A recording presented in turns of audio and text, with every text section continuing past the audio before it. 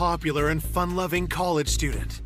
Mindy was a very bubbly person. She just always seemed to be happy. She had a light in her eyes, and she accepted everyone. Is found savagely murdered in her apartment. There was a belt wrapped around her neck and appeared to be a broken-off knife still stuck in her throat. Police need to determine, was this a sinister obsession? Mindy, I know what happened to you.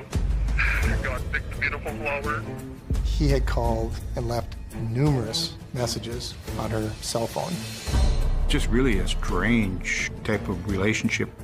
A crucial piece of evidence. There was some material under the fingernails of her left hand.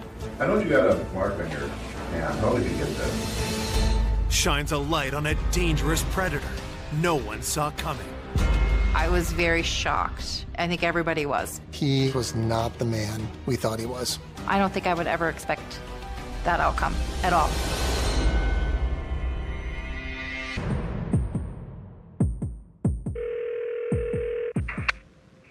Hey, Mindy, it's Danny. Anyway, you can just give me a call back. Okay, bye. Hey, Mindy, it's calling. Hey, Jamie's trying to get a hold of you. Bye. Where are you? Okay, bye. I remember trying to call Mindy a few times and she wasn't answering. So me and my friend Danielle drove and parked in front of her apartment across the street. I ran inside. I knocked on the door and there was no answer, and it wasn't locked. And so I opened the door and I stepped in, and about 2 steps in, I saw something on the ground right in front of my feet. It was Mindy. And then I noticed something around her neck. Horrified, Mindy's friend rushes outside to call 911. About 10 minutes before 9 o'clock at night, dispatch called me at my house and said that they've got a hysterical caller on the phone. I got the address and it was 1 block from my house. When I arrived, both Danielle and Tony were very distraught, very upset. The apartment was located on the 2nd floor of the building. As I entered, I could smell a very strong odor like an ammonia disinfectant.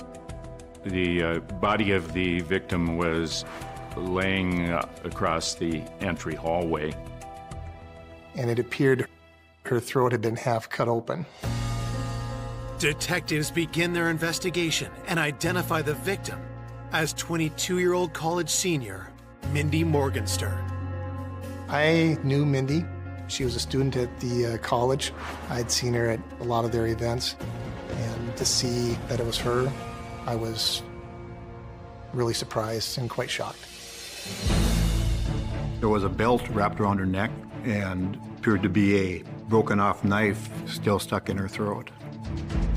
It appeared that the belt was applied to the neck prior to the neck being cut. Investigators find an empty bottle of disinfectant beside the body.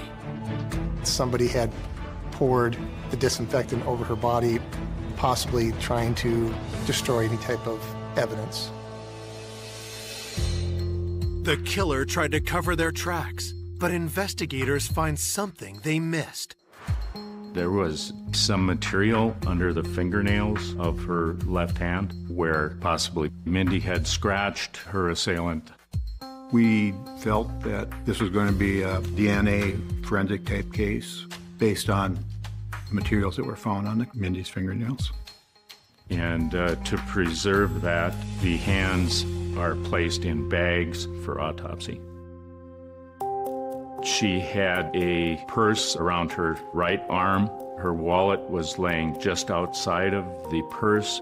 It didn't appear that they'd been gone through or anything removed from them.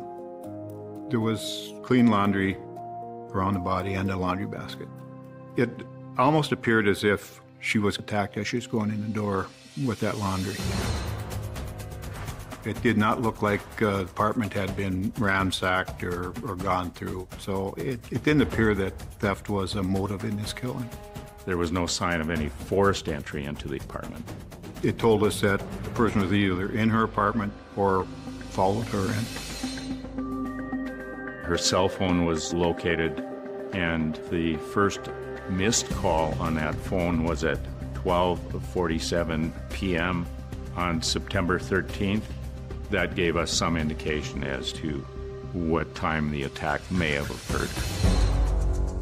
By 10 p.m., more than 9 hours after the first missed call, detectives have little to go on as they work into the night at the crime scene. When we first left the scene the following morning, we had no clear indication of who may have done this.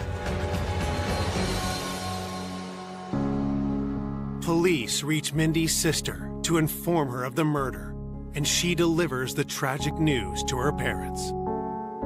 The front doorbell rang. And I said, "Who's there?" And Rebecca, our daughter, she said, "It's me, Dad. We've got some bad news." And then Rebecca said to me that, "Mom, Mindy is dead." It was just like somebody taking a knife and just sticking it right into your heart. I just wanted to try to just say, no, this isn't real, this didn't happen. I didn't want it to be true. She had such a loving, loving heart, and I loved her very much. Born in Bogota, Colombia, on April 29, 1984, Mindy was adopted as a baby by Valley City farmers Larry and Eunice Morgenstern. The first time I saw Mindy, she had the biggest, darkest, most beautiful eyes that I had ever seen. It was pretty amazing to see this little character in the basket that she brought home to be part of our family. Mindy was the youngest of 4 Morgenstern children, 3 of them adopted by Larry and Eunice. Mindy was very much a tomboy. And as she grew up, she got so beautiful. She didn't really realize that she would be looked upon as somebody that would turn boys' heads. After high school, Mindy moved to Valley City and dove headlong into college life. She just seemed to enjoy all the friends that she had there. Mindy was a very friendly, outgoing, bubbly person. She just always seemed to be happy. She had a light in her eyes, and she accepted everyone. Mindy's future was looking bright until the stunning attack that cut her down in her prime. It was very difficult to see Mindy's body in the condition that it was in when we found her. I want to find out who did this, because she was loved by a lot of people in our community. Back at the crime scene, Mindy's 2 friends tell detectives they weren't the only ones to see Mindy's body. When Tony found Mindy at the scene, she screamed, which alerted a man in a neighboring apartment to come out to see what was wrong. He was there when I first entered the apartment complex, and they showed me where Mindy was located. He told investigators that he checked for a pulse using the back of his hand to not leave any fingerprints on the victim. It was a little odd because people don't describe things like that, like using the back of their hand so they don't leave fingerprints and things like that. If he was there to help, I couldn't understand why he'd be worried about something like that. Police identify the man as Robert Linz and soon notice a telling detail about him. He had scratches on his hands that would correspond to someone trying to get your hands off of them when they were being attacked. Had Mindy scratched Robert as she fought for her life? Robert Linz, having those scratches, being in the same building, he certainly needed to be looked at. A lot of times, a person at the crime scene is a person that committed the crime. And if any evidence of them is found, they have an excuse for saying why it was there. Coming up, detectives uncover a world of secrets. She reminded me so much of my wife in her younger days. It's like, I don't want you talking to her. It's kind of weird. It turned out upon checking his background that he had a felony record. And as they zero in on a killer, I was absolutely certain we had the right guy. a stunning setback turns the case on its head. I just thought, oh, it's all over with now. They're going to let him go. This case was a shock to everybody. When we found out who the person was, it was just, wow.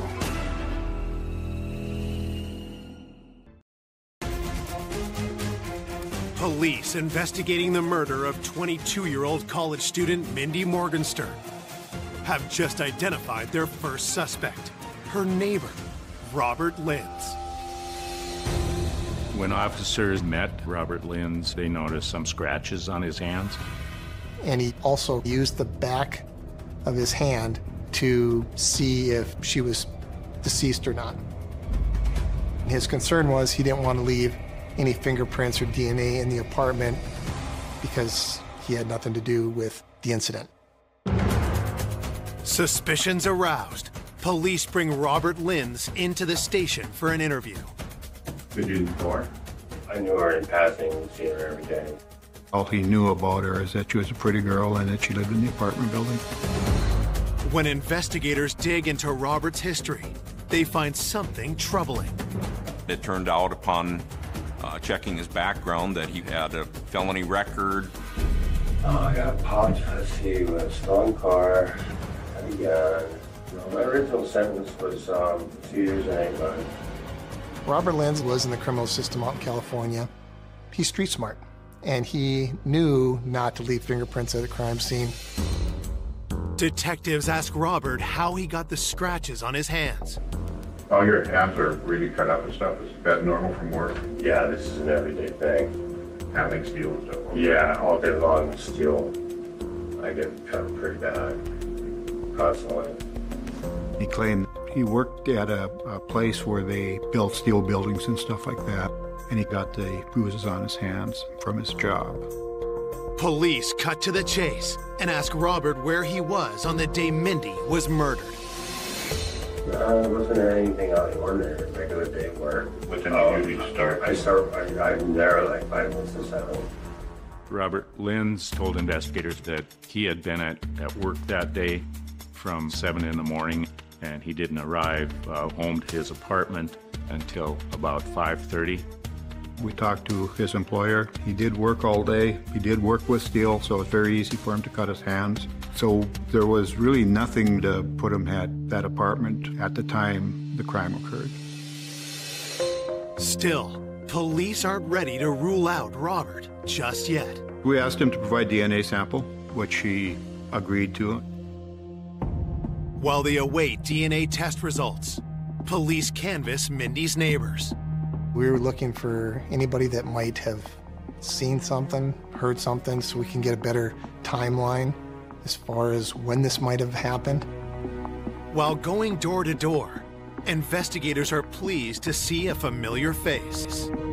As I was collecting statements outside, I saw Mo Gibbs. He had been living in the apartment building with his wife and stepdaughter. Mo works at the Barnes County Jail, and due to the fact that he was a correctional officer, I would run into him quite often while he was working. And I also knew Mo because we played on the co-ed softball tournament together. A guy in his position probably would be an excellent witness if he had seen or heard anything. Mo Gibbs said that he knew Mindy as a person that lived in the building. He had seen her come and go. The investigator asks Mo if he noticed anything unusual that afternoon. Mo had said that he went with his wife and stepdaughter for lunch, then came back to the apartment at about 12:45 and started packing and loading boxes as he and his wife were going to be moving out of the apartment. He mentioned that when he went into the apartment complex, he could smell a strong, distinct odor of a disinfectant. Other than that, he claimed that he didn't hear or see anything. So we were working with a timeline between the first missed call at 12:47 p.m. and the disinfectant being smelled shortly after 1 o'clock p.m.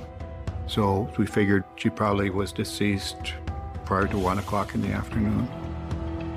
To rule them out, police collect DNA samples from Mo and the other building residents. All the DNA samples taken during our interviews were sent to the state crime lab. In search of new leads, detectives turn to Mindy's loved ones. I just didn't think there was anybody that would want to do anything like that to her. Investigators push Mindy's parents to think hard about anyone who might have had a problem with her. Mindy's mother mentioned that Tony had had this boyfriend that wasn't such a nice person. His name was James. I was dating James Robinson at the time, and he was doing some bad things, and I was taking the brunt of it. And Mindy didn't really care for him because she had known that there was times that it got pretty scary. Mindy did bring him up at one time, something about him being on drugs or something.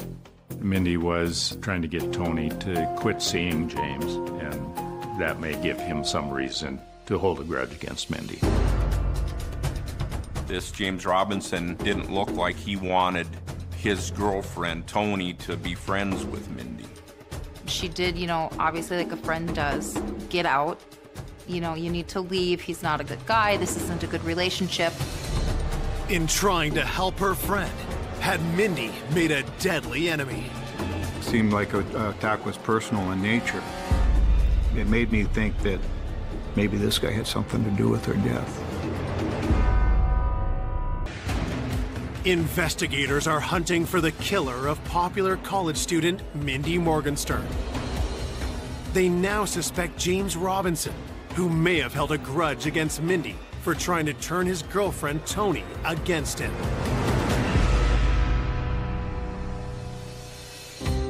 So James was called in to do an interview to see what we could glean from him. Did you know Mindy pretty well? I knew her from going to visit Tony at work, and she'd be there or whatever, and we'd get together every once in a while, go out and eat her. Police ask James if he has a criminal record. James said that he had, in the past, had trouble with illegal drugs. He had been charged, but he was trying to stay out of that lifestyle. As James talks, detectives notice suspicious cuts on his hands. Shoot your hand. Looks like you got a... Yeah, it went right through a window. Blood like something fierce. Looks pretty fresh. Police press James on his whereabouts at the time of the murder. What were you doing during the day? I know I had 4 hours of community service stuff to do. James told investigators that he went to do community service from these previous charges. He then went to a friend's house and went back home sometime 5 o'clock or later. We checked, and it was verified that he had been at those locations that day. Even though James's alibi checks out, investigators collect a DNA sample in order to officially rule him out. As they review evidence from the crime scene, autopsy results arrive. The autopsy of Mindy's body indicated that she had died from asphyxiation and due to the cuts to her neck. There was no indication that Mindy had been sexually assaulted.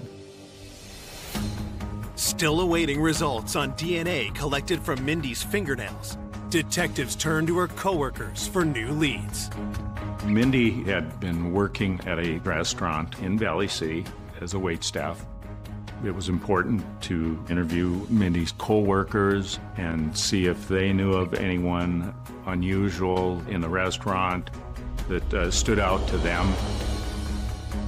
There was a man that lived in a motor home across the street from the restaurant. Mindy told coworkers that he made her feel really uneasy, and he was always in there bothering them. So, hearing that information, we decided to interview him. What's your full name? Ralph Albert Walter. So how long have you been in Valley City? Well, I don't know. You could say I'm a drifter, but Mr. Walters didn't have any ties to the area, just kind of an odd character. You remember anything particular he did on Wednesday? oh, that was the day that could change the oil in the motorhome. He really didn't have a good alibi for when Mindy was murdered. Just as with previous suspects, detectives spot a potentially damning clue. I know you got a mark on your hand. How did you get that? When I put that oil filter on. Have you had any type of altercation or disagreements in any of the restaurants with anybody? I can't think of any. He claimed he never bothered anybody in the restaurant where Mindy worked. Claimed he didn't know who she was. But Mindy's coworkers tell a different story. They all said that he was in there quite often. Mr. Walters would have seen her coming and going at least. Would that give him a reason to follow her? We really didn't know at that point. Red flags were waving, of course, but I was real careful not to jump to any conclusions too early on in the investigation. Detectives collect Ralph's DNA and let him go. But they're not ready to clear him just yet. We keep him on the list. We're hoping DNA samples, if he was involved, would eventually tie him into it. 2 days after the murder, the wait for answers starts to take a toll on Mindy's family. That was the hard part, not knowing what was going on and what happened and why. It was like living someplace in another world, and you just wanted answers. 3 days into the investigation, detectives catch a break when they find disturbing voicemails left on Mindy's phone after she was dead. You know my number, sweetie. I miss you. I love you. You're my inspiration. Please help me. Please help me, Mindy. I can't continue without you. Please help me. Some way, help me.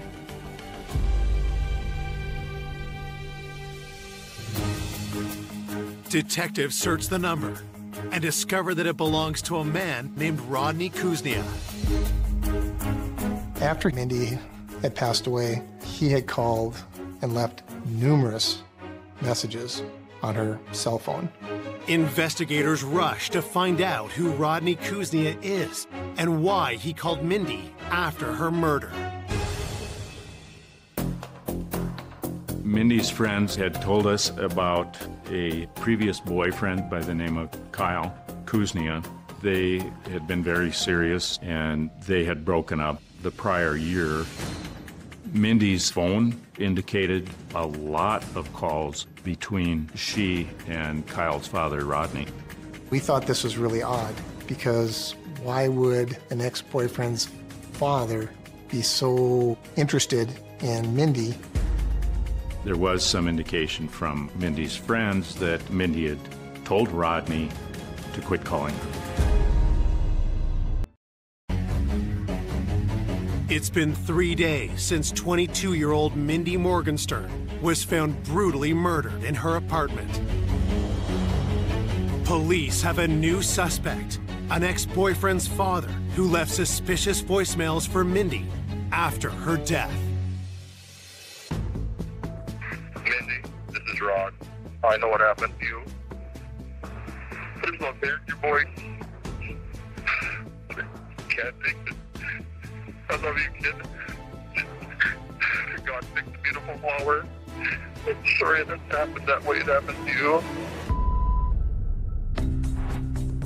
It just was really odd why Mindy's ex-boyfriend's father was leaving these messages, why he was so infatuated with her, and obviously he had feelings for her.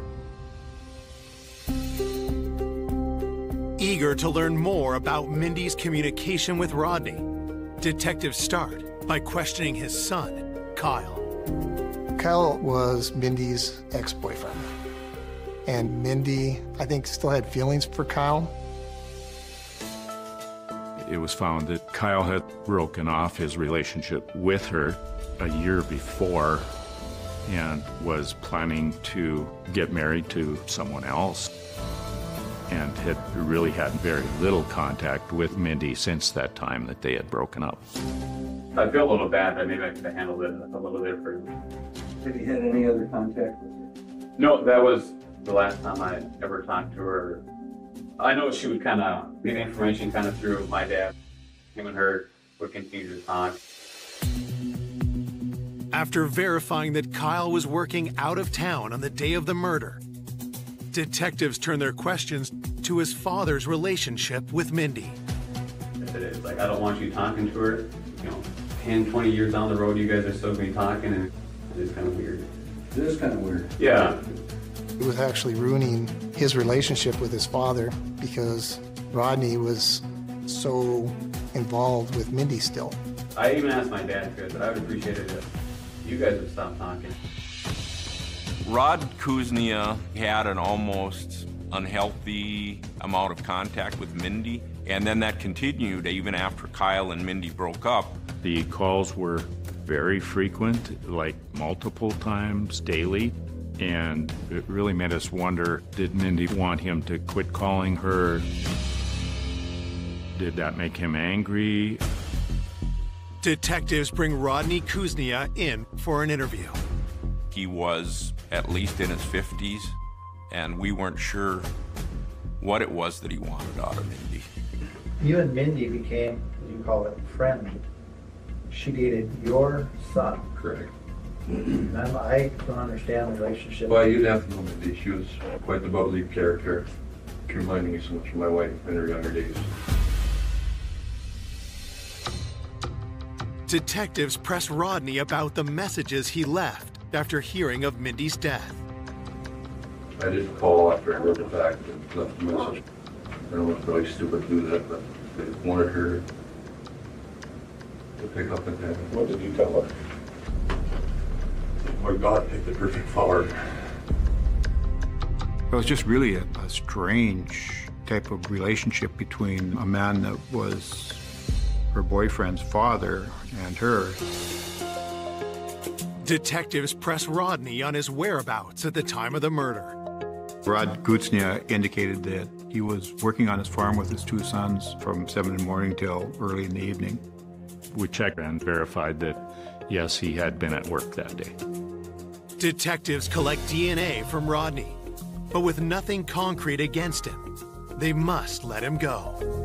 We still thought that it was such an odd relationship that we certainly wouldn't close the book on looking at Rodney any further. The pressure to find Mindy's killer only increases as the community becomes gripped by fear. It was super scary because you didn't know who it was. It could have been anybody. You were scared to go out by yourself.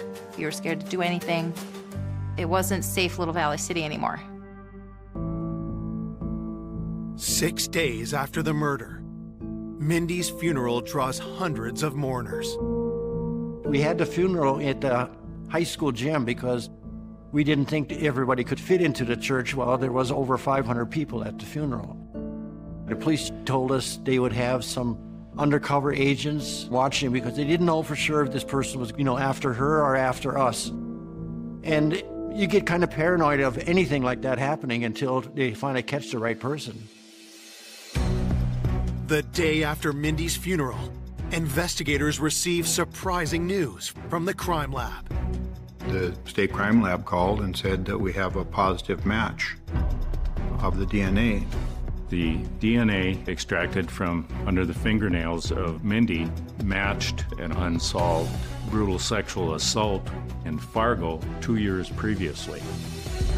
And when we found out who the person was, it was just kind of silence. Then it was a shock.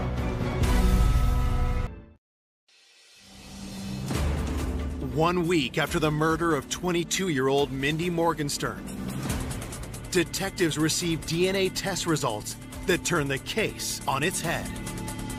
The DNA from every one of the suspects, Koznia, Walters, Lind, and the others all came back as not a match to the DNA found under Mindy's fingernails. I asked, who is it? They told me it was Mo Gibbs. When they got the match, it was just, wow. The DNA match of Mo Gibbs was really unexpected for us. I knew him personally. He was a correctional officer, and it really caught me off guard that somebody in the law enforcement community would have done something like this. When detectives look deep into Mo's background, they discover a hidden past. Mo Gibbs was not the man we thought he was. When we started digging into his background, we had found out that he'd actually changed his name. We found out that he was involved in a drive-by shooting, and he had served 5 years in prison. Also, his DNA matched this reported rape in Fargo from 2 years previously.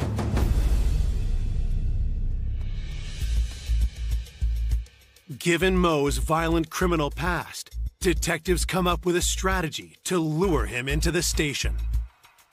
We had called Mo and asked him if he would be willing to come in, just to eliminate him as a suspect. We're playing on his friendship with law enforcement. The idea was to get him in, lock him into a story, and then immediately give him the polygraph.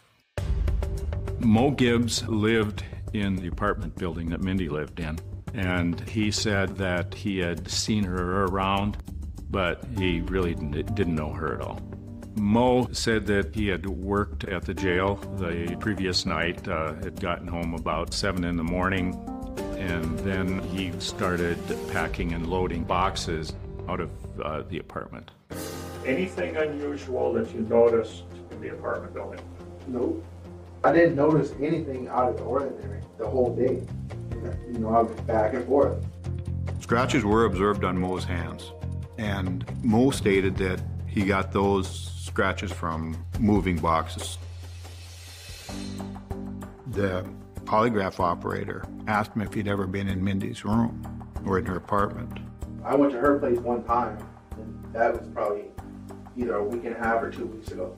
He stated that she was trying to carry a laundry basket and some other things all at the same time, and he assisted her in carrying that laundry to her apartment.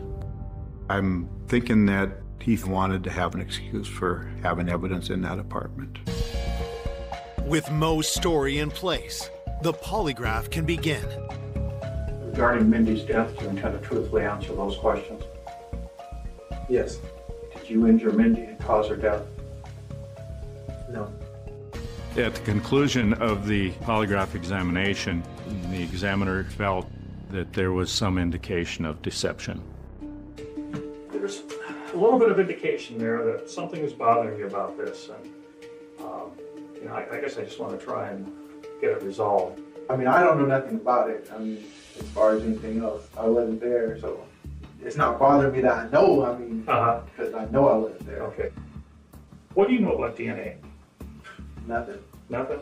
How would you feel if I told you that your DNA matches DNA that we found on Mindy's body? I'd be like, that wasn't true, so I know I wasn't there, so. At that point, we didn't think that he was really going to ever admit to anything, at least that day. We're in a bind here. Your DNA is matching what we found on her, under her fingernails.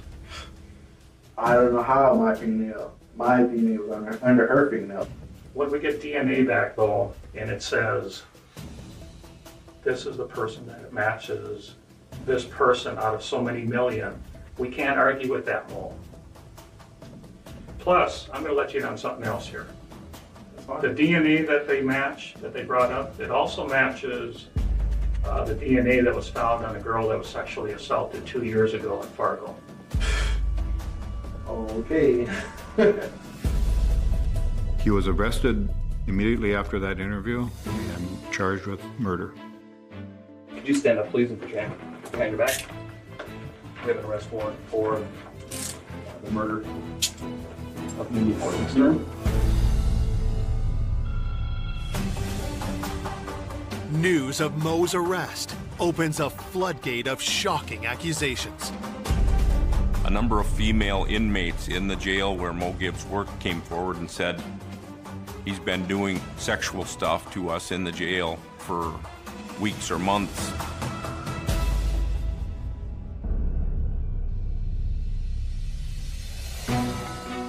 Mo is charged with 6 felonies for the sexual assaults and 1 count of first-degree murder.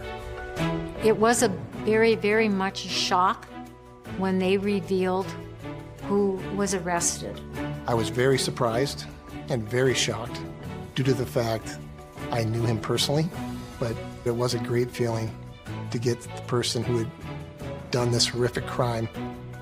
We went to trial in Minot, North Dakota, provided evidence to the jury there about the DNA under her fingernails, the scratches on his hand. Despite the evidence against him, Mo's lawyers mount a strong defense. Their argument was the DNA found in Mindy's fingernails was probably touch DNA that she got from doorknobs that Mo Gibbs had been touching. I went into the jury deliberations believing strongly that we'd proved our case beyond a reasonable doubt. On July 12, 2007, the jury returns to the courtroom with news that takes everyone by surprise. The jury deliberated for a fair period of time and came back as a hung jury and could not reach a decision. We were so sure he was gonna go down, but they just got him off. You kind of went home and you were thinking, what are we gonna do? Corrections officer Mo Gibbs has just been tried for the murder of 22-year-old Mindy Morgenstern. But when the verdict comes back, a hung jury, Mindy's loved ones are left fearing the worst. I was very shocked. I think everybody was. I don't think I would ever expect that outcome at all. When we heard it was a hung jury, I just thought, oh, it's all over with now. They're gonna let him go. Was it possible that Mo had not killed Mindy after all? Or was a murderer about to go free? When a hung jury like that happens, it's extremely disappointing and hard to understand for people because it's just a temporary setback. I was absolutely certain we had the right guy. In the Minot trial, the defense, the one thing they really hung their hat on was that trying to say it was just touch DNA.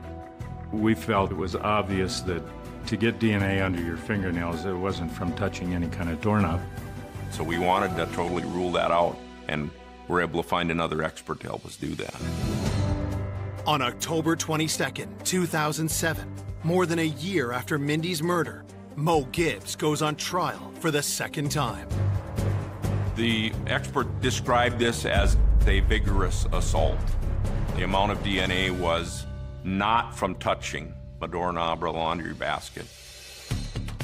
The prosecution lays out further evidence, carefully building the case against Mo.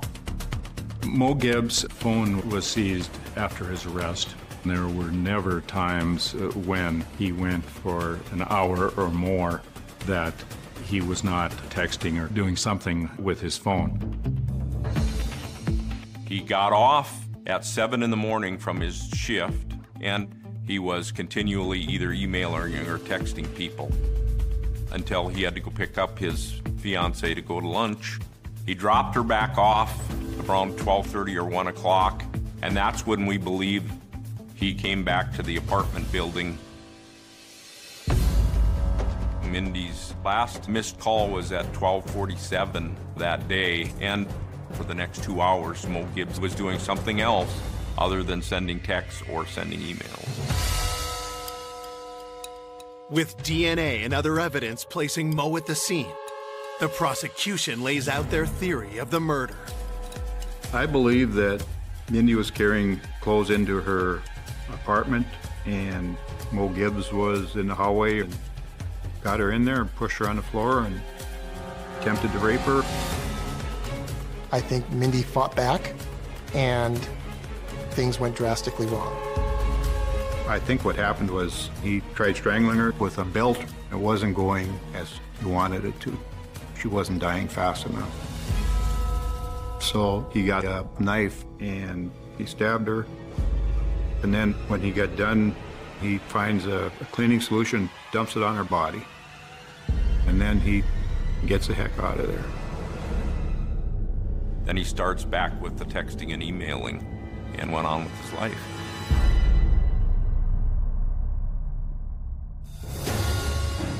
As Mo's second murder trial concludes, prosecutors have one final card to play.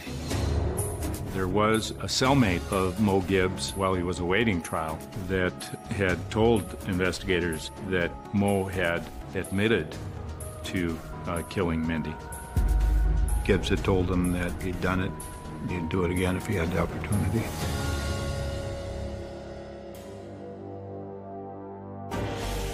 As the jury deliberates for a second time, Mindy's loved ones nervously await the outcome.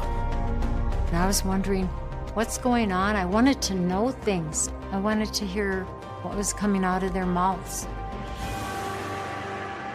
On November 16, 2007, after deliberating for over 27 hours, the jury returns with the verdict. We, the jury, do find the defendant, Mo M. Gibbs, guilty of the crime of murder. For killing Mindy Morgenstern, Mo Gibbs is sentenced to life without parole.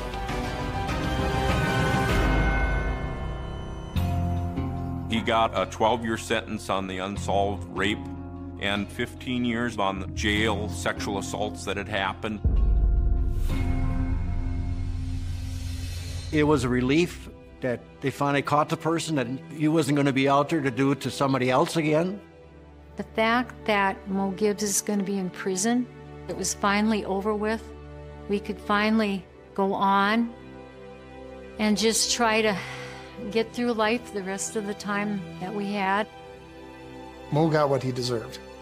Because of Mindy's actions and her strength, we were able to get the DNA that we needed, and that DNA helped us solve this case. Though justice is served, nothing can dull the pain of Mindy's loss. Oh, I miss Mindy so much every day. You never get over it, but you go on and you pray for that time when you can see her again up there in the heavens. That's where I know where she's at. I like to remember her smile. I have a picture of her on my refrigerator, and the light just radiates from her face, and she's so happy, and that's the way I like to. A loving and outgoing mother of 3. Everybody wanted to be around her and her energy and her beauty. She was an incredible human being and a great mother. Is found murdered in a farmer's field. There was numerous blunt force trauma injuries. Cuts, lacerations, bruising throughout her body. This poor woman was brutally attacked and murdered.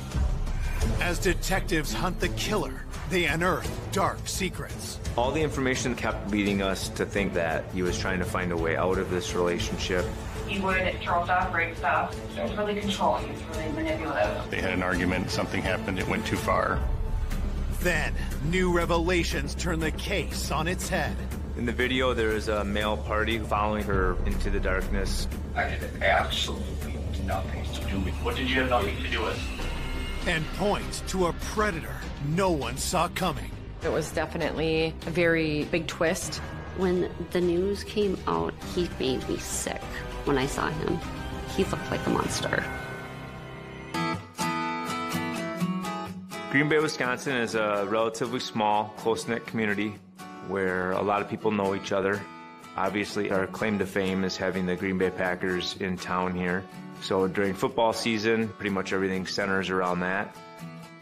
It's 100% a place that you would want to raise a family.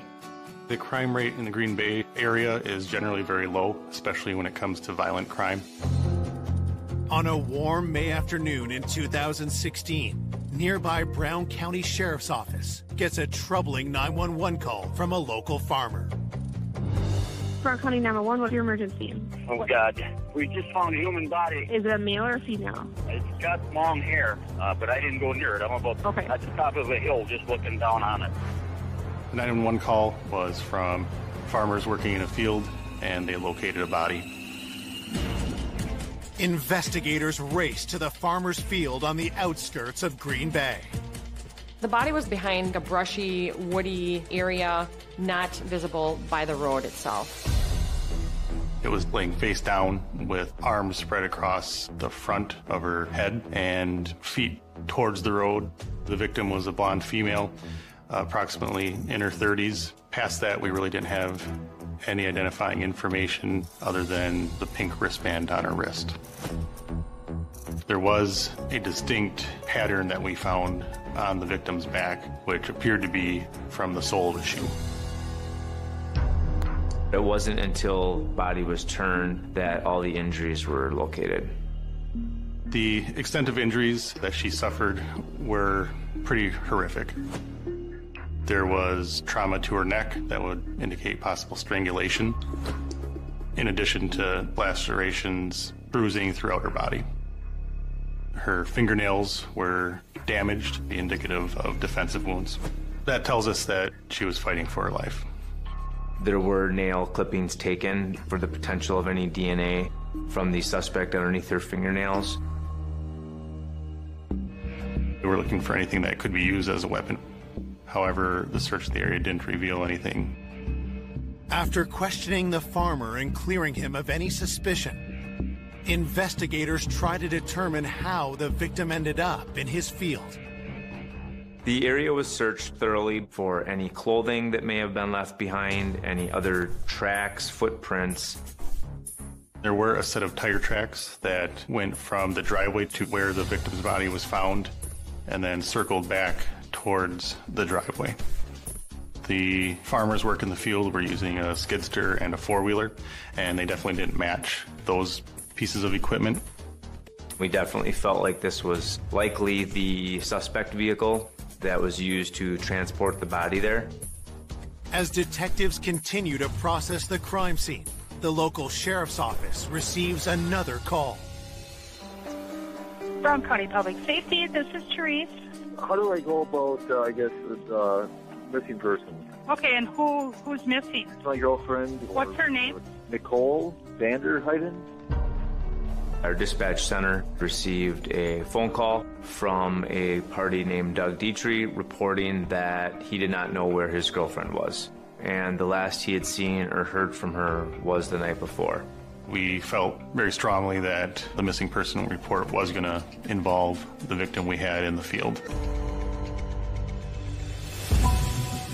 Officers from the crime scene are dispatched to interview the caller, 34-year-old Doug Dietrich, who lived with his girlfriend, Nicole Vanderheiden. Is Doug here? Hello. Hi. I'm here for a missing persons report. As allowed by Wisconsin law, officers secretly film the conversation. It was important to record the interview with Doug.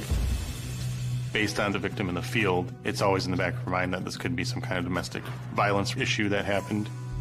Doug looked completely hungover. He had really dark circles under his eyes. He looked like he hadn't slept in days. I asked him why he's making this missing persons report. Nobody's seen or heard from her since last night, but I'd say midnight.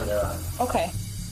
Doug indicated that he and Nikki joined a group of friends out at a local establishment to participate in watching a live band. Doug provides a telling detail when asked what Nikki was wearing. She would have had a bracelet on. Okay. It was a pink bracelet for the 21 verification. There was a wristband that the victim was wearing. So based on that information, we were quite certain that it was Nikki that we were with in the field. As police work to confirm that the victim in the field is 31-year-old mother of three, Nicole Vanderheiden, they learn more about her background. Nikki was born in Manitowoc, Wisconsin. Then she went to high school here. She was the most amazing, inspiring, beautiful, happy woman I have ever met in my life. She always enjoyed being around family. After high school, Nikki attended the University of Wisconsin-Green Bay, graduating in 2010. Nikki's background included a double major in science and education. From that, she was a substitute school teacher. Nikki was one of the hardest workers I've known. She always had 2 jobs as a substitute teacher and waitressing. Outside of work, Nikki was dedicated to fitness. She definitely took care of herself, and she worked out a lot. Everybody wanted to be around her and her energy and her beauty. We always complimented how beautiful she was, and she was inside and out.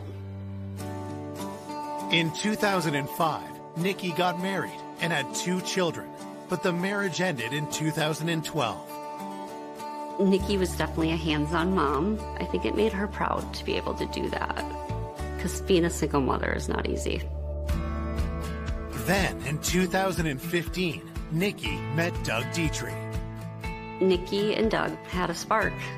They moved very quickly and got pregnant, and she was so excited to become a mother of 3 beautiful children. Nikki and Doug were still learning to live with one another. It was definitely a life changer. As Nikki's boyfriend, Doug is a leading suspect in her murder. He is brought to the sheriff's office for a formal interview and informed that the body police have found is most likely Nikki. This body that was found down the street, there's a lot of similarities. Doug was crying, emotional, in a state of shock. With Nikki identified as the victim, detectives asked Doug to recount the events leading up to the last time he saw her alive. Doug reported that they had been out at a concert at the Watering Hole, which is a bar in a suburb of Green Bay. As the night progressed, they had been consuming alcohol, and Doug had ran into some friends from high school that he had not seen in a while. And he confirmed that Nikki was mad because she saw Doug talking to another female at the Watering Hole, and this basically set her off. From there, they got separated. He stayed at the Watering Hole with his friend Greg, and Nikki went with their friend group to the Sardine Can, which is downtown Green Bay. Doug had last actually seen Nikki around 11:30 when she departed from the Watering Hole to the Sardine Can. At some point, Nikki did get a hold of Doug on the phone. What did she say? Who are you talking to? She was hysterical and drunk and irrational, not making any sense. Detectives ask if they can search Doug's phone for any texts he'd exchanged with Nikki. Nikki was definitely angry texting Doug. She made mention of what bitch are you talking to. She was accusing him of cheating, telling him that he was abusive. It was actually a really big red flag for me. Had Doug and Nikki's argument escalated into violence later that night? It started to kind of click with everybody that they had an argument, something happened, it went too far, and Doug may be involved. Coming up, detectives learn more about the night of the murder. When we look at the video footage, you can see a male follower out of the gate. We are trying to figure out what exactly happened a short distance away out of camera view.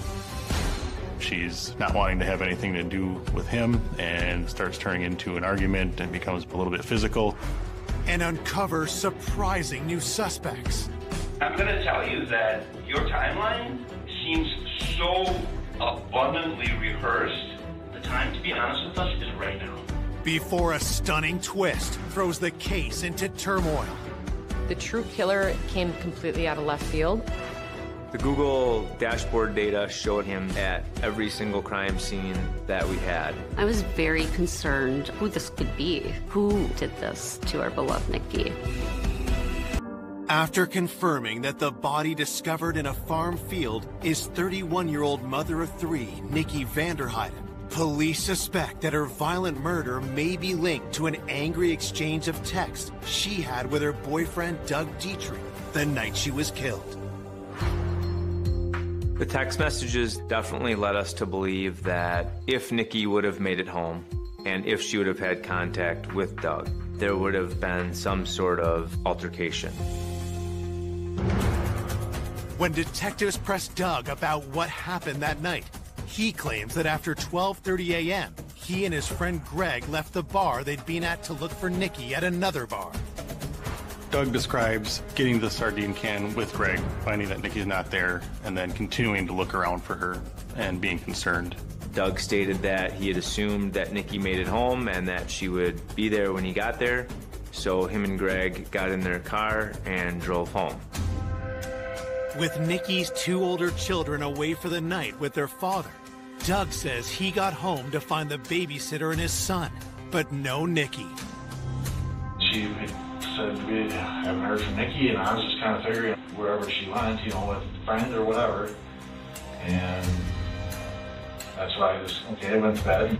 She did not come home at all last night after you. Not at all. There wasn't a blip or word from her. He said that he woke up to give the baby a bottle at 6:30 in the morning, and Nikki wasn't there.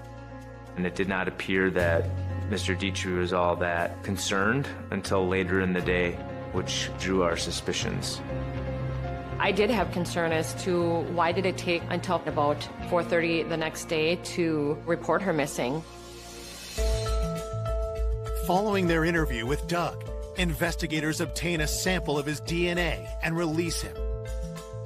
The initial interview with Doug was basically to get him locked in so that we could corroborate everything that he was telling us through either physical evidence or through other statements from other witnesses. As police set out to verify Doug's story, Nikki's family and friends learned that she's been murdered. Knowing that Nikki was murdered and how horrific it was impacted our lives in a very horrible way. Who the hell would do this to someone with such an amazing, beautiful soul? Reports of Nikki's murder spread shock through the community, and Nikki's family members share their grief on local news.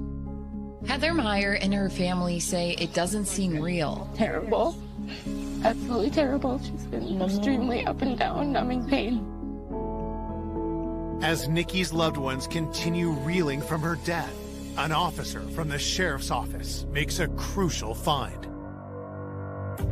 An officer located some clothing on the side of the road, approximately a mile drive from where Nikki's body was located. Deputies were able to identify the clothing as Nikki's.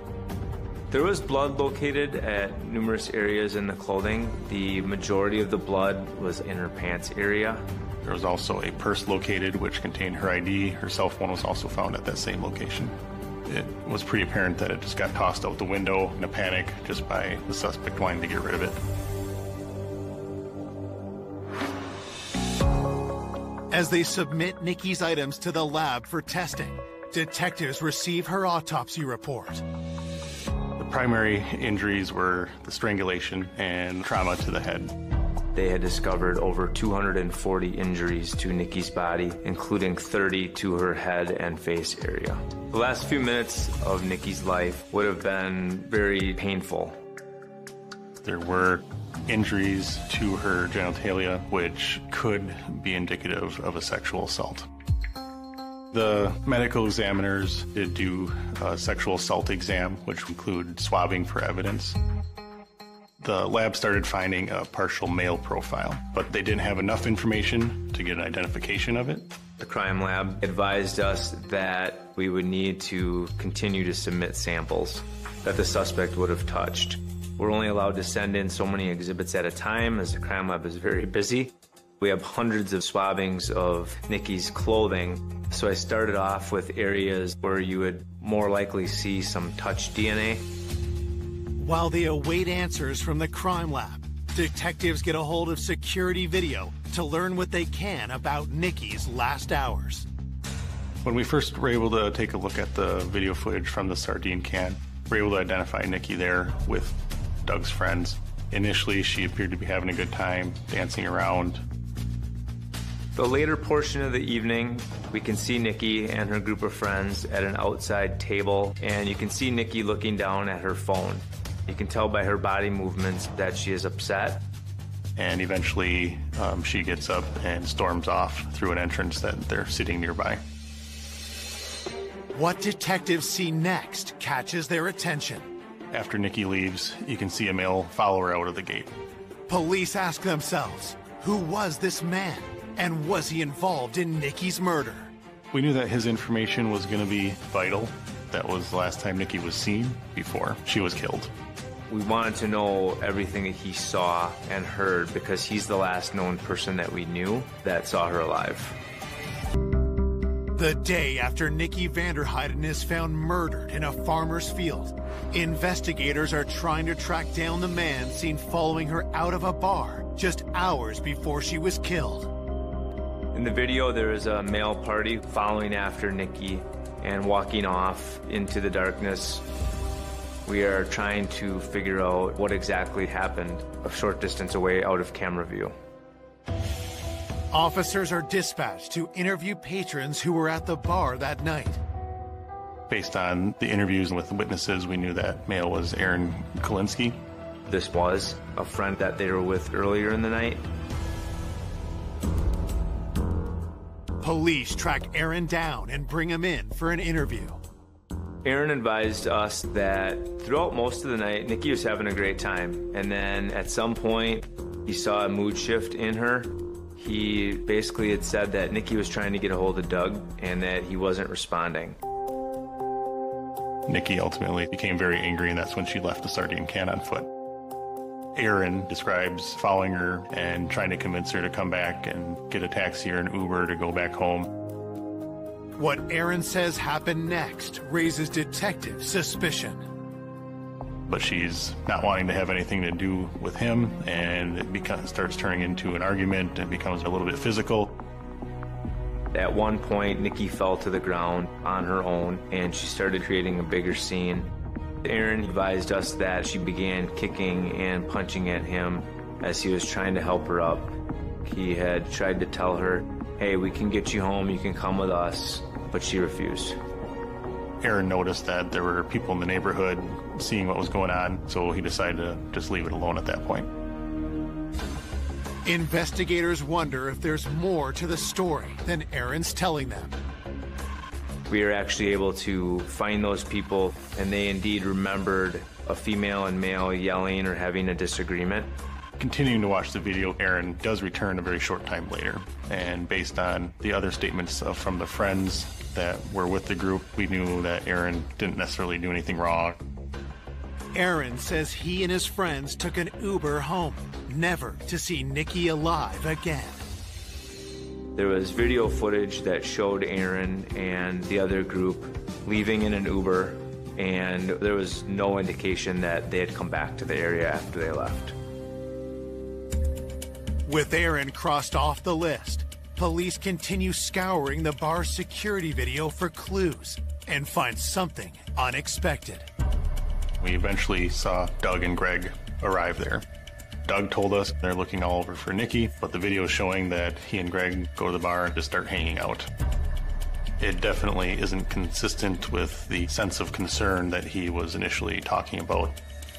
According to the surveillance video, Doug and Greg stayed at that sardine can until about 2:15 in the morning. And the fact that Doug said that they did all this looking while at the sardine can told us that he's not being entirely truthful with his efforts to locate her. Detectives wonder if Doug had misled them about his concern for Nikki. Was there something he was hiding? Just the mere fact that he didn't know where his girlfriend was and didn't appear to care all that much was a red flag. With their suspicion growing, police reach out to Nikki's family to learn more about her relationship with Doug. Nikki's mother and sister, they both voice concerns of Doug's behavior. I know. It's been really, really rocky during her pregnancy and their relationship. Crazy relationship. He's always been very controlling. And Dad's very, get pretty hurt. Yeah. Nikki's mom, as well as her sister, Heather, both say that they wouldn't be surprised if Doug was the person that was responsible for this. Investigators search Doug's name in police records and make an alarming discovery. Checking police records, we did locate past girlfriends that accused him of being abusive. There was at least one incident that was reported to police, but was never charged. Police contact the woman who filed a complaint against Doug and ask her for more details. When you would argue, it would be... He would spit in my face. Okay. He would, throw stuff, break stuff. He was really controlling. He was really manipulative. So when we saw that, that was obviously very concerning to us. He tackled me and broke my ankle. Despite learning that Doug's ex-girlfriend had a prior assault conviction and that Doug had never been formally charged for domestic violence, investigators remain suspicious. At this point, we had the information that showed there could be the pattern of this abusive, aggressive behavior. And we know that Doug and Nicole had a volatile relationship, which would lead us to believe that there would be some sort of confrontation that night. Police obtain a warrant to search Doug and Nicole's home. During the search at Doug and Nikki's house, there were several things of concern that were located. There was blood on the floor in the garage. There was blood and dirt found in Nikki's vehicle. There was also a set of Nike Air Jordan shoes that had a herringbone pattern on them, which was similar to what was on Nikki's back. There was also some red marks on the surface, appeared to be blood on the bottom of those shoes. While conducting the search, Doug's neighbors from across the street approached police with a startling new discovery. While mowing their lawn, they noticed a blood spot on the curb line of their property, and also they hit a cord of some type with their lawnmower. We did find a large quantity of what appeared to be dried blood, as well as 2 pieces of electrical phone charging cord. There was also some clumps of blonde hair. The blood on those items and the blood found in the road were positively identified as Nikki's. It was pretty apparent to us that that's where the altercation took place. That's where she was likely killed. When that crime scene in front of the house was located, that gave us a theory of what happened, and it continued to point us towards Doug as a suspect. After determining that Nikki Vanderheiden was likely murdered on the street in front of the home she shared with Doug Dietrich, investigators are weighing a growing body of evidence against Doug. This evidence that we found is kind of emboldening what we had initially thought, that Nikki got home, an argument ensued between her and Doug, and this incident took place in the street, and somehow some of that evidence would have gotten transformed into the garage and then into Nikki's vehicle. Looking at the totality of the circumstances, we decided there was probable cause to arrest Doug at that point. Okay. Right now I'm going to be taking you into custody. I'll be handcuffing you. I'll explain all that to you in a bit. And transporting you down to the sheriff's department. Okay? Okay. Be cooperative with me. All right. With Doug in custody, detectives work to solidify their case against him.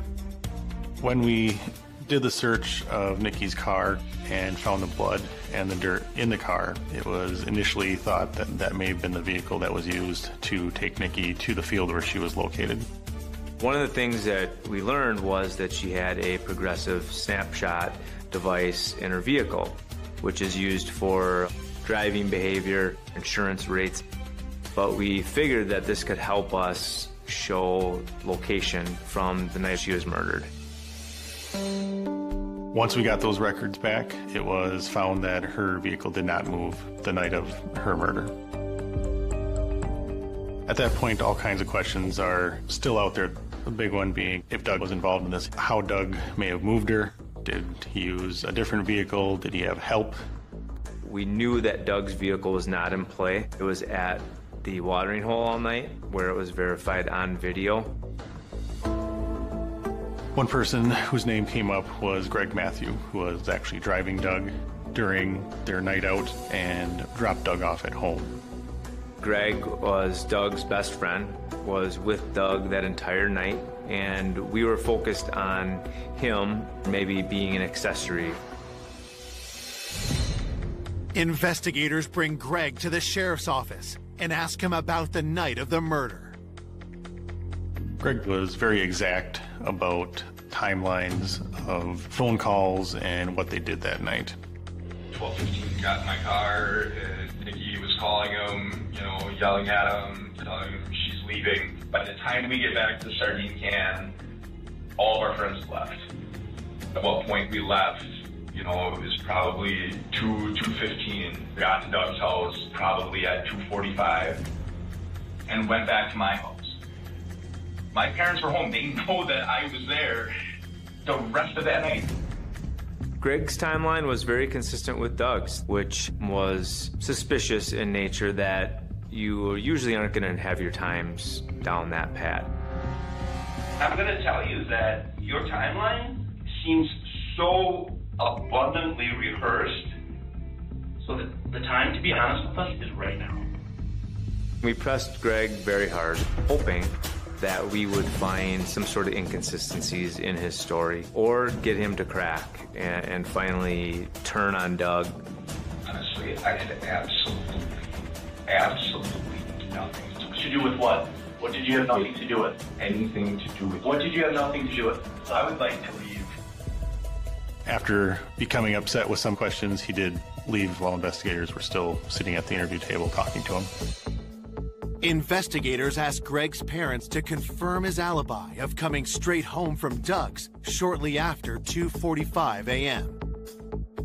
Greg's parents told us they were only going off of what he told them. They didn't physically see him or have any firsthand knowledge.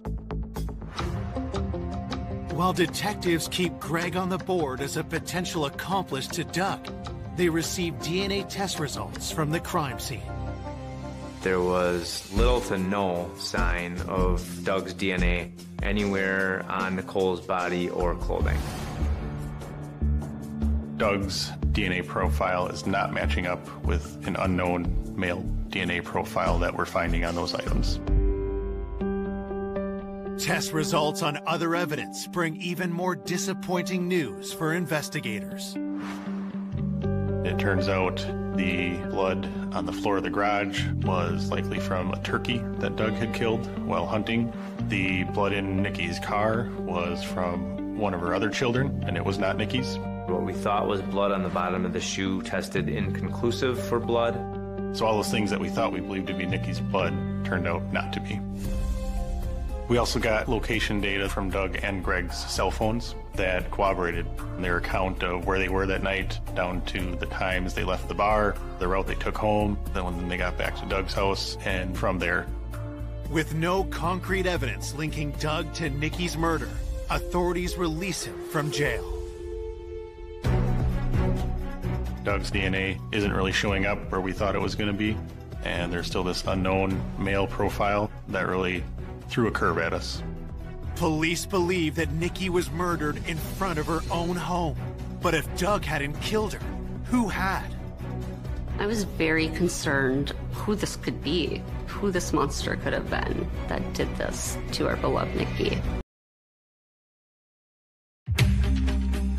2 days after finding Nikki Vanderheiden savagely murdered, detectives hunting her killer arrested her boyfriend, Doug Dietrich. But when DNA evidence exonerates Doug, detectives turn their focus to one urgent question. The biggest question we had to answer outside of who did this was, how did she get home? We spent countless hours watching video surveillance of every single known business between Nikki's residence and the sardine can. We had investigators watching highway camera footage, bridge camera footage to see if we could catch either her walking or crossing the river to get to that side of town. We were running out of leads. It was frustrating at times. Still hoping for a DNA match to the killer, investigators continue sending the crime lab samples of Nikki's clothing found at the side of the road. We picked 10 items at a time for testing. We were looking for any items that we believe might contain more of this unknown male's DNA, hoping for a full profile. After sending several batches and not coming up with anything definitive, we ended up sending a batch that included the socks that Nikki was wearing still when her body was found. The crime lab were able to get enough of a profile off of that sock to be able to enter it into the CODIS system. The suspect somehow got some touch DNA on those socks. Entered into the National DNA Database, the profile returns a hit that takes investigators by surprise. The DNA hit that we received was that of George Stephen Birch, who was from the state of Virginia.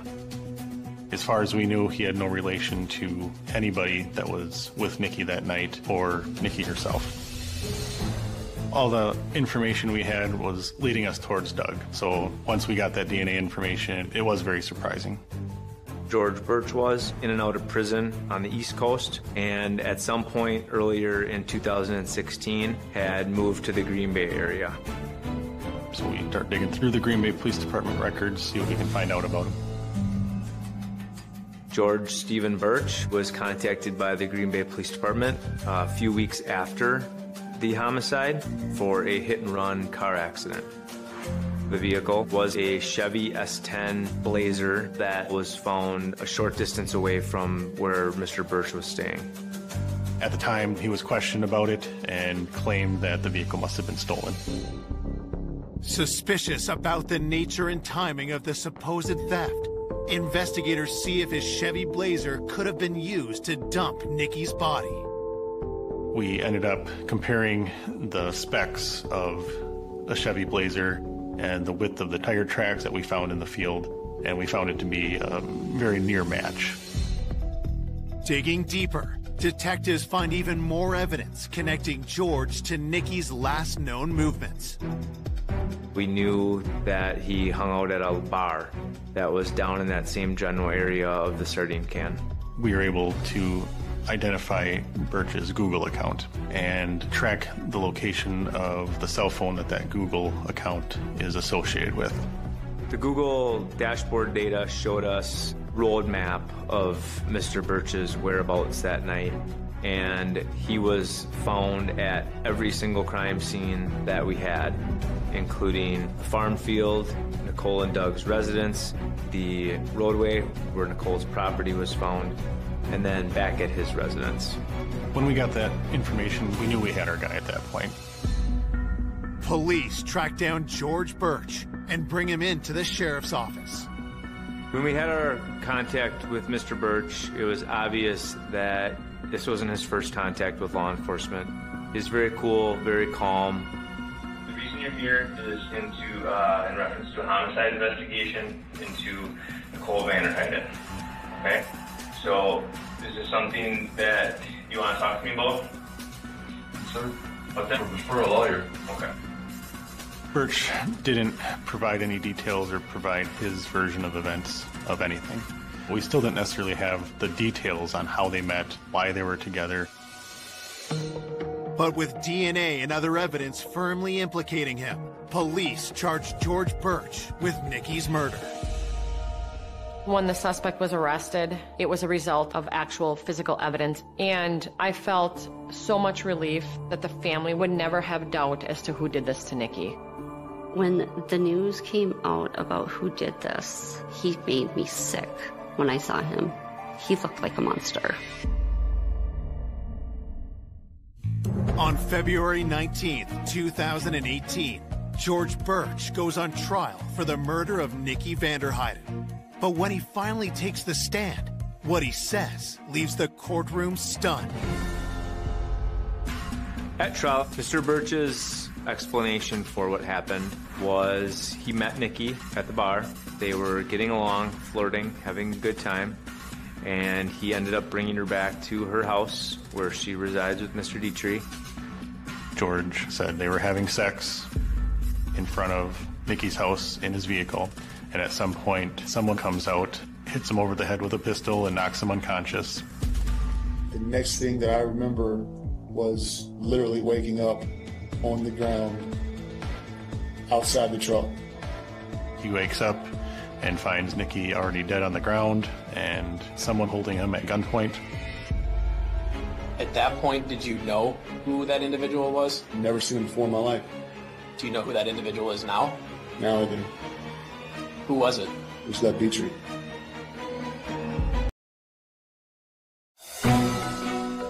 Investigators believe that 31-year-old Nicky Vanderheiden was brutally murdered by convicted felon George Birch.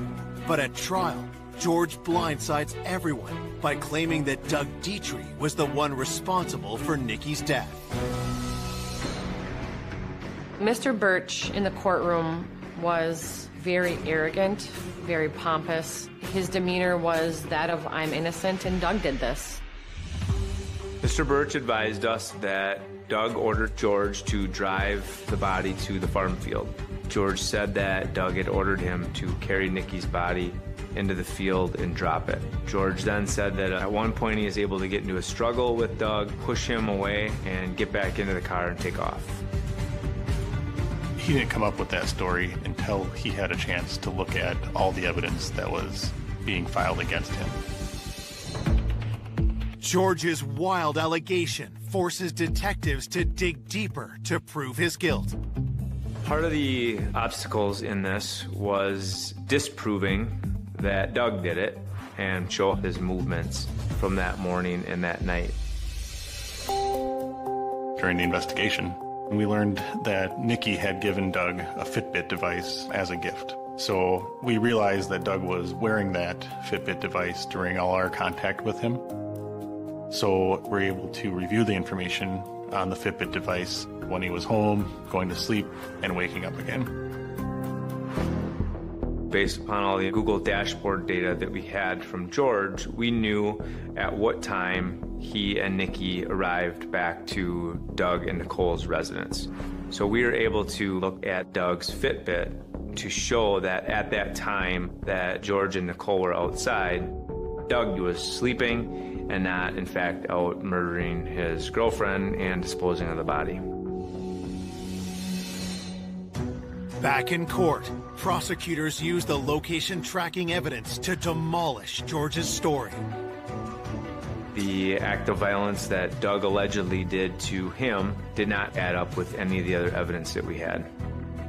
None of us bought George's story in court. We all knew it was a joke and a fairy tale made up. I think Nicky just wanted to get home to her children, and I know she fought for her life that night. Now prosecutors put forth their theory of what really happened that night. What I believe happened is that there was some arguments between Doug and Nicky.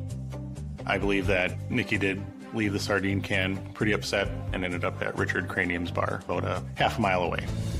She was intoxicated. She was by herself. She was emotional.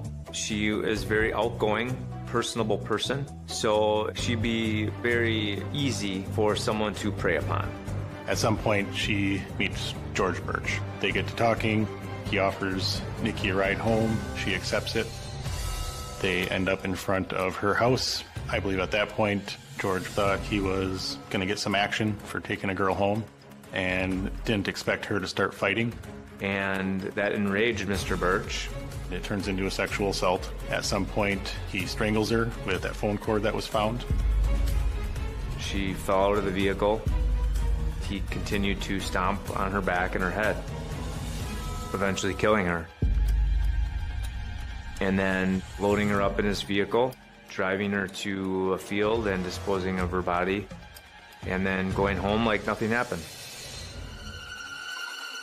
This poor woman was absolutely brutally attacked and murdered in front of her own home where her baby lay sleeping, and the thought of what he did to her is beyond comprehension. After closing arguments, it didn't take very long at all for them to make a decision. The verdict reads as follows. We, the jury, find the defendant, George Stephen Birch, guilty of first-degree intentional homicide for murdering Nikki Vanderheiden. George Birch is sentenced to life in prison without parole. The true killer in this homicide came completely out of left field. I felt extreme relief for the family that someone was going to answer for this extremely heinous, horrific crime. He's going to prison for the rest of his life. That was music to our ears, but we still knew it wasn't going to bring our Nikki back. Nikki had 3 young children at home, one of which is a newborn. She had her entire life ahead of her and a lot of things to accomplish and a lot of friends and family that miss her. She was an incredible human being, a great mother, and she should be recognized as that. Despite the pain of Nikki's loss, her friends and loved ones are devoted to keeping her memory alive. My children and I, we celebrate her life every year on May 21st, and we talk about her, and we go to the cemetery. I love to remember Nikki dancing and smiling and laughing.